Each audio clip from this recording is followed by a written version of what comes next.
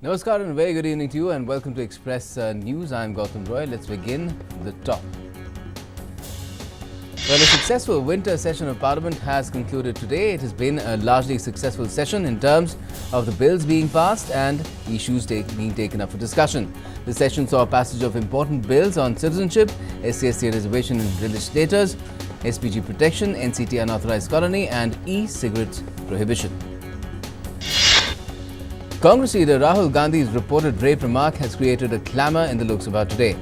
BJP leaders had launched a scorching attack on him and sought his apology. Speaking on which, BJP MP Lockit Chatterjee said that Rahul Gandhi's statement is an insult to Indian women and to Bharat Mata.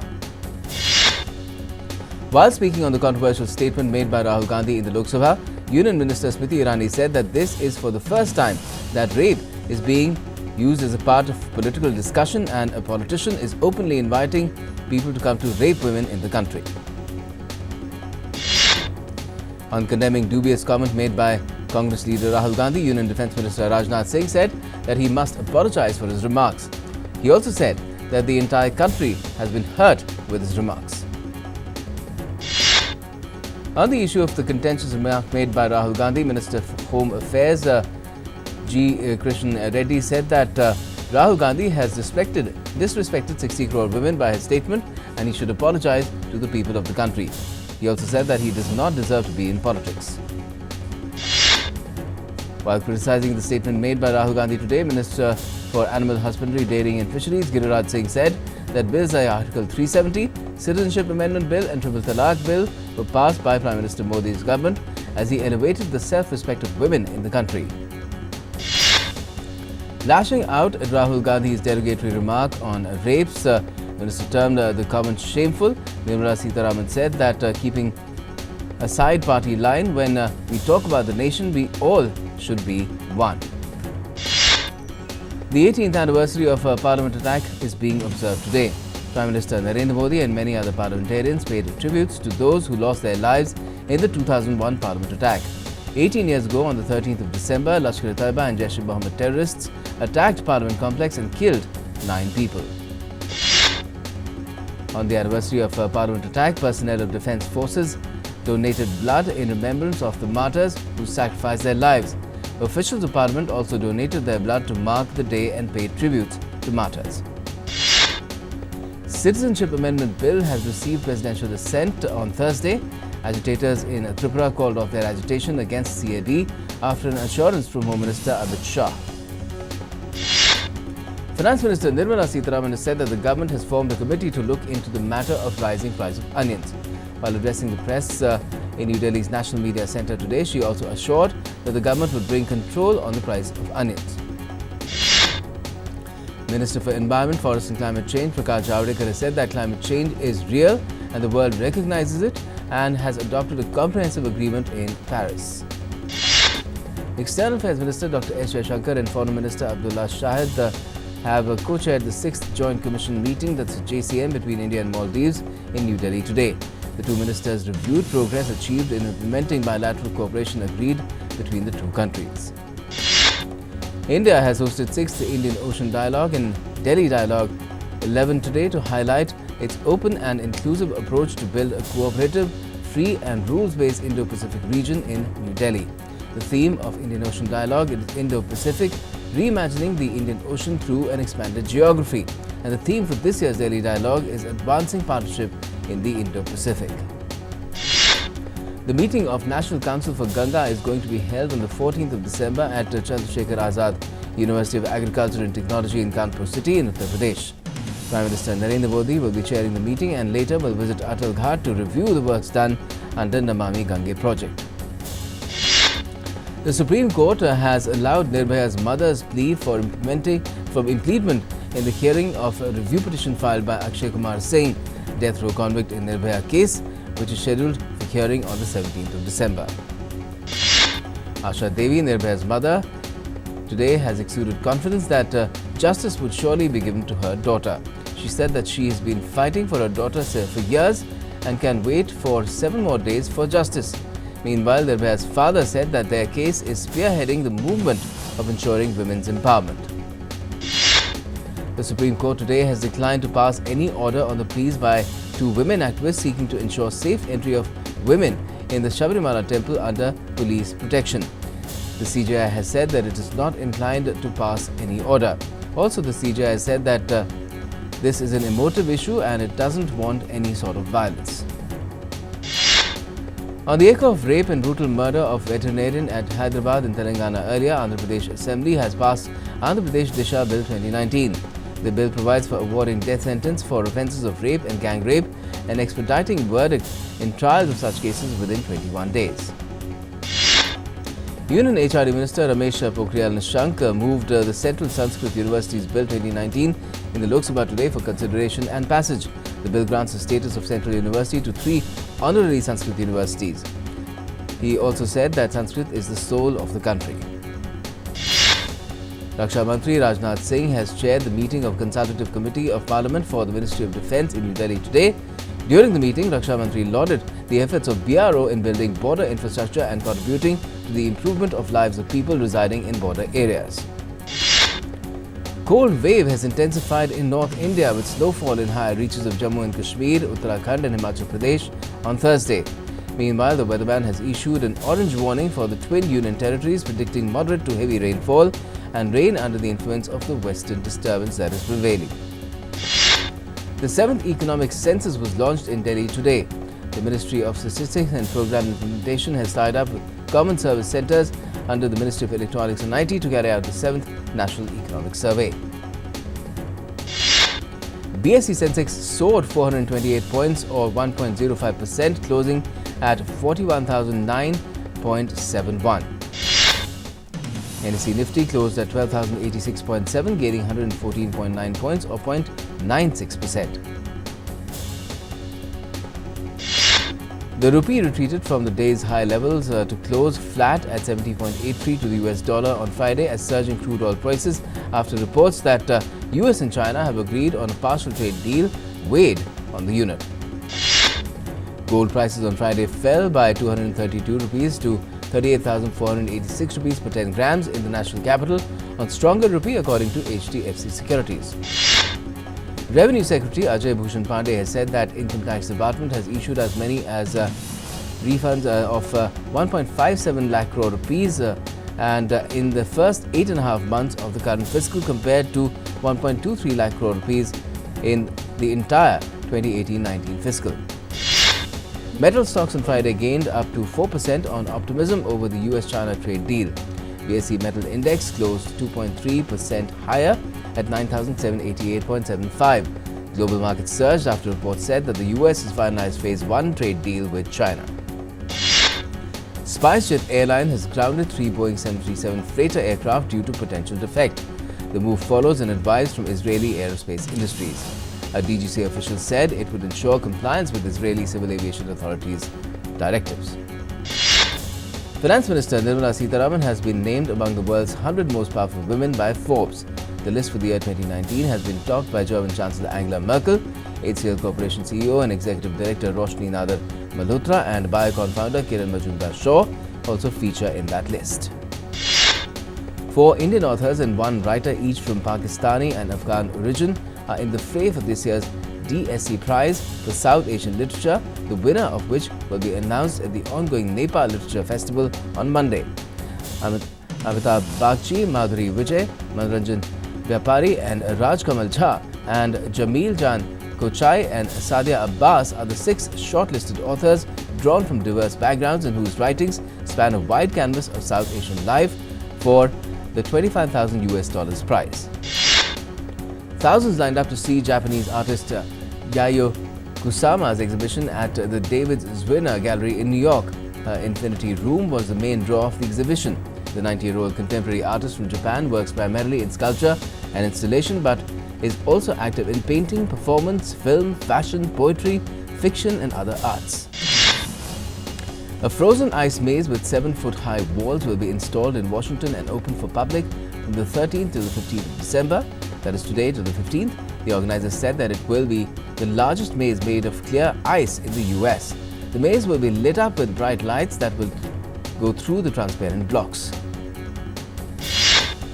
Washington Wizards player Rui Hachimura was among a group of local athletes that gave out presents to DC area kids as part of holiday season charity. According to a study published in the journal Brain Plasticity, yoga enhances nerve connections in many of the same brain regions that benefit from aerobic exercise. In a first-of-its-kind study carried out on any planet, NASA scientists have mapped the global wind circulation patterns in the upper atmosphere of Mars, 120 to 300 kilometers above the red planet's surface. The study, published in the journal Science, said it was based on data collected by NASA's Mars Atmosphere and Volatile Evolution, that's a MAVEN spacecraft, for 2 days per month from 2016 to 2018.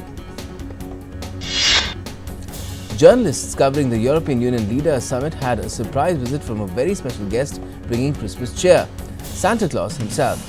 Santa surprised journalists at the summit, posing for photos and greeting fans. Thousands of devotees made their way to the Basilica of Our Lady of Guadalupe at Mexico City to pay homage to Mexico's most revered Catholic figure, the Virgin of Guadalupe. It is one of the world's biggest annual pilgrimages. Britain's Conservative Party has secured a majority by winning 348 seats out of 650 in the House of Commons, while the opposition Labour Party won roughly 200 seats. Prime Minister Narendra Modi has congratulated Conservative Party leader Boris Johnson. The PM tweeted saying, "Many congratulations to PM Boris Johnson for his return with a thumping majority. Wish him the best and look forward to working together for closer India-UK ties." Jeremy Corbyn of the Labour Party has said he would not lead Britain's main opposition party at the next general elections after predictions of a crushing defeat at nationwide polls. "I will not lead the party in any future general election campaign," said the veteran socialist after winning his North London seat for the 10th time. Britain will leave the European Union on the 31st of January as planned, Prime Minister Boris Johnson promised on Friday after winning a sweeping election victory. Condemning more than 3 years of political wrangling over Brexit, he said, and I quote, "I will put an end to all that nonsense and we will get Brexit done on the time by the 31st of January. No ifs, no buts." US President Donald Trump has congratulated UK Prime Minister Boris Johnson on his election victory, saying their two countries were now free to strike a massive new trade deal.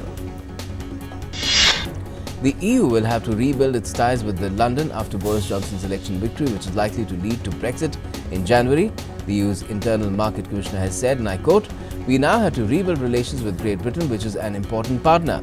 Thierry Breton told the French radio, saying the bloc wanted balanced trade relations with the UK. The pound sterling leapt higher after exit polls showed Prime Minister Boris Johnson's ruling Conservative Party returning to power. Meanwhile, global stock markets rallied with Wall Street in record territory following reports of potential trade deal between China and America. A team of elite soldiers in New Zealand landed on a volatile volcanic island for a perilous mission to retrieve bodies left after an eruption hit visiting tour groups earlier this week. The volcanic eruption believed to have killed at least 16 people. The Trump administration and China are close to finalizing a modest trade agreement that would suspend tariffs that are set to kick in Sunday, de-escalating their 17-month trade war. Sri Lankan Prime Minister Mahinda Rajapaksa has asserted that the new terrorism threat after Easter Sunday attacks must be contained by whatever means necessary. He warned that if the situation is not contained, all neighbouring countries will be under threat. Maltese Prime Minister Joseph Muscat faced increased pressure to tender his resignation by top EU lawmakers and protesters in the run-up to the EU Leaders Summit. EU leaders said that the Maltese Premier had a political responsibility for the political crisis triggered by the murder of journalist Daphne Caruana Galizia. In Iraq, at least 11 personnel killed in two suicide bombings targeting a base of an Iraqi armed group. Democrats are set to vote on impeachment charges against President Donald Trump for Friday after a frequent caustic 14-hour debate with Republicans over the US leader's alleged misconduct in seeking political support from Ukraine.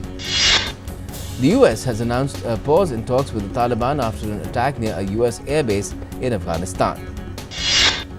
At least 15 people were killed when a passenger bus collided with a truck carrying oil and diesel containers in southwest Pakistan, and 11 people died when a truck crashed into a minivan on a highway in eastern Afghanistan. A roadside bombing in central Afghanistan has killed 10 civilians, including 4 women and a child. The explosion, which took place in the district of Jagato in Ghazni province, also wounded 6 civilians, according to a spokesperson of the Interior Ministry. The United States has urged China not to interfere in elections next month in Taiwan, where President Tsai Ing-wen, a critic of Beijing, is seeking a new term. David Stilwell, the top US diplomat for Asia, said that tensions have historically risen whenever Taiwan goes to polls. EU leaders reached an agreement to work for carbon neutrality by 2050. EU Council President Charles Michel tweeted. 2 EU diplomats said Poland refused to go along with the accord. The US Congress formally recognized the 1915-17 murder of up to 1.5 million Americans as genocide. The Senate's passage of the repeatedly stalled resolution is expected to anger Turkey, which denies there was a genocidal mass murder, insisting the Armenians died as a result of the First World War. Searchers combing Antarctic seas have recovered parts of a military transport plane and human remains belonging to some of the 38 people on board who vanished en route to the frozen continent, Chilean officials said. An international team of searchers continued the hunt, while officials on shore said they would use DNA analysis to identify the crash victims. The US tested a medium-range ballistic missile, the second test in 4 months of an offensive missile that would have been banned by a US-Russia arms treaty that Washington exited in August. The Air Force launched the conventionally configured missile from Vandenberg Air Force Base northwest of Los Angeles about 8:30 in the morning. The Islamic State group has claimed responsibility for an attack on an army camp in Niger, which left 71 military personnel dead, the site intelligence group said. Hundreds of jihadists attacked the camp near the border with Mali with shells and mortars on Tuesday, killing 71, injuring 122 and leaving others missing, according to the Defense Ministry. Swedish activist Greta Thunberg accused rich countries of misleading people over climate action at UN talks in Madrid, hours before a veteran leader of the global environmental movement, with whom she shared the podium, was locked out of the conference.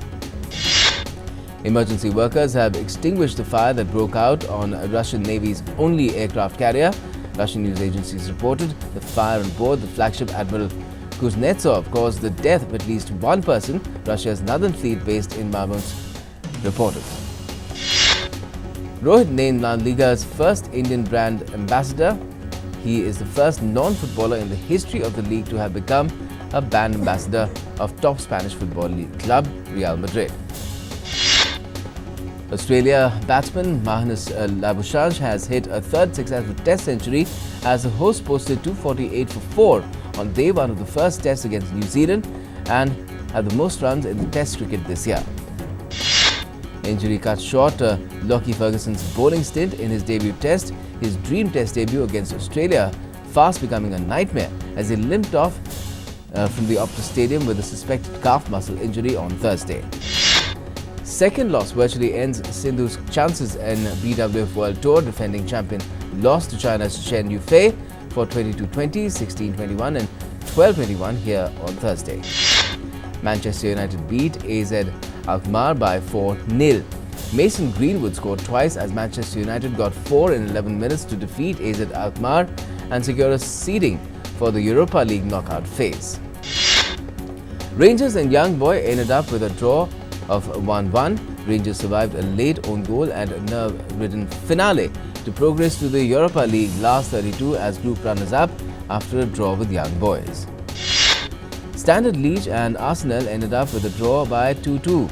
Arsenal came back from 2 goals down to draw 2-2 at Standard Liège and progress to the last 32 of the Europa League as group winners. Wolverhampton Wanderers beat Besiktas by 4-0 sweep. Wolves were denied top spot in their Europa League group despite substitute Diogo Jota's 11-minute hat-trick inspiring victory over Besiktas. CFR Cluj beat Celtic by 2-0. A much-changed Celtic side slipped to their first defeat in 7 Europa League games this season, losing 2-0 to CFR Cluj in Romania. Liverpool are planning to make a move for Red Bull Salzburg winger Takumi Minamino in January.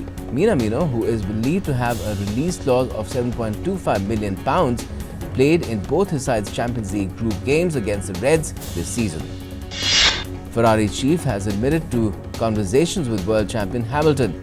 Ferrari Chief Executive Officer Louis Camilleri has said they held talks with Chairman John Elkann of world champion Lewis Hamilton about joining them in the future. The governing body has announced marijuana is to be taken off Major League Baseball's banned substances list. The policy, which comes into effect in 2020, says players found to have taken natural cannabinoids will be treated the same as alcohol-related issues. Paris 2024 Olympic organizers have said surfing competition will take place in Tahiti. The move is subject to validation from the International Olympic Committee, but if approved, athletes will compete on the French colony's Tijupo's waves in the South Pacific. Internationals take 4-1 lead over Tiger Woods' United States. The international team took a lead over the US after the opening day 4 balls in the President's Cup at Royal Melbourne in Australia. Cristiano Ronaldo reacted angrily after he was grabbed by a pitch invader at the end of Juventus' 2-0 win at Bayer Leverkusen. The Portuguese gave Juventus the lead in the 75th minute with his 128th Champions League goal. Vandals have tried to saw through the feet of a statue of Zlatan Ibrahimovic and placed a rope around his neck. Police have put a fence up around the statue outside Malmö Stadium in Sweden in case it falls. Tokyo 2020 Paralympic marathons are to stay in the host city. The marathon events at next year's Paralympic Games in Tokyo will not be moved to another city, the International Paralympic Committee has said. Ronnie O'Sullivan is into the last 8. Ronnie O'Sullivan booked a quarterfinal against Mark Selby with a 4-2 win over Joe Perry at the Scottish Open, had 2 centuries in beating Martin Gould 4-0 and added 106 against Perry. LA Clippers shooting guard Kawhi Leonard was victorious on his return to former team the Toronto Raptors. He switched from the reigning NBA champions to LA in July, scoring a team-high 23 points. UEFA and home nation FAs to push for changes to offside calls next season. The use of video assistant referees for marginal offside decisions could be amended next season. Baltimore Ravens tight end Mark Andrews celebrates with teammates after scoring a touchdown in the second quarter against the New York Jets at M&T Bank Stadium. According to a recent study published in the journal Medical Hypothesis, high sugar consumption may trigger depression. The study suggests that people prone to the mental illness should control their year-round sugar intake. Indonesia's little-known glaciers are melting so fast they could disappear in a decade, says a new study published in the Proceedings of the National Academy of Sciences. The study underscores the imminent threat posed by climate change to ice sheets in tropical countries. Panic gripped a posh locality of Jaipur after a panther was spotted there. The leopard was traced with the help of drone cameras. The panther is believed to have come from the Jhalana forest area situated nearly 3 to 4 kilometers away from the locality. Gujarat Chief Minister Vijay Rupani laid the foundation stone for construction of Astronomy and Space Science Gallery at Science City in Ahmedabad.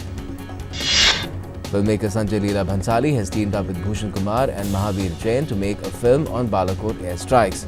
Abhishek Kapoor will be directing the film. The historical drama Panipat has got the censor certificate after deleting 11-minute scenes related to Maharaja Surajmal following the opposition from Jat groups in Rajasthan. On her choice to cast Deepika, Chapak filmmaker Meghna Gulzar has said it was important to take a face associated with beauty because the contrast and impact is far stronger. Inside Edge 2 actor Amir Bashir has joined Vijay Pathak in Meera Nair's A Suitable Boy. The actor will portray the role of the pious Nawab Sahib of Baitar. Renowned Telugu actor and writer Golapudi Maruti Rao passed away at the age of 80 in Chennai following cardiac arrest. Telangana Chief Minister K. Chandrasekhar Rao has condoled his death. Tennis star Sania Mirza's sister Anna Mirza has tied the knot with Asad, the son of former Indian cricketer and cricket team captain Mohammad Azharuddin, in a traditional ceremony last night. Selena Gomez announced through a video on Instagram the date and name of her new album called Rare, which is set to be released on the 10th of January next year. Birthday girl Taylor Swift, who turns 30 today, gives empowering speech and tips to Scooter Braun Rift as she accepts a Women of the Decade award at Billboard's Women in Music last night. Netflix has just dropped the trailer of newest anthology Ghost Stories from the makers of Last Stories. It is set to be out at midnight 12 am on the 1st of January 2020. Govind Namdev and Salman Khan to unite again for Prabhu Deva's upcoming movie Radhe.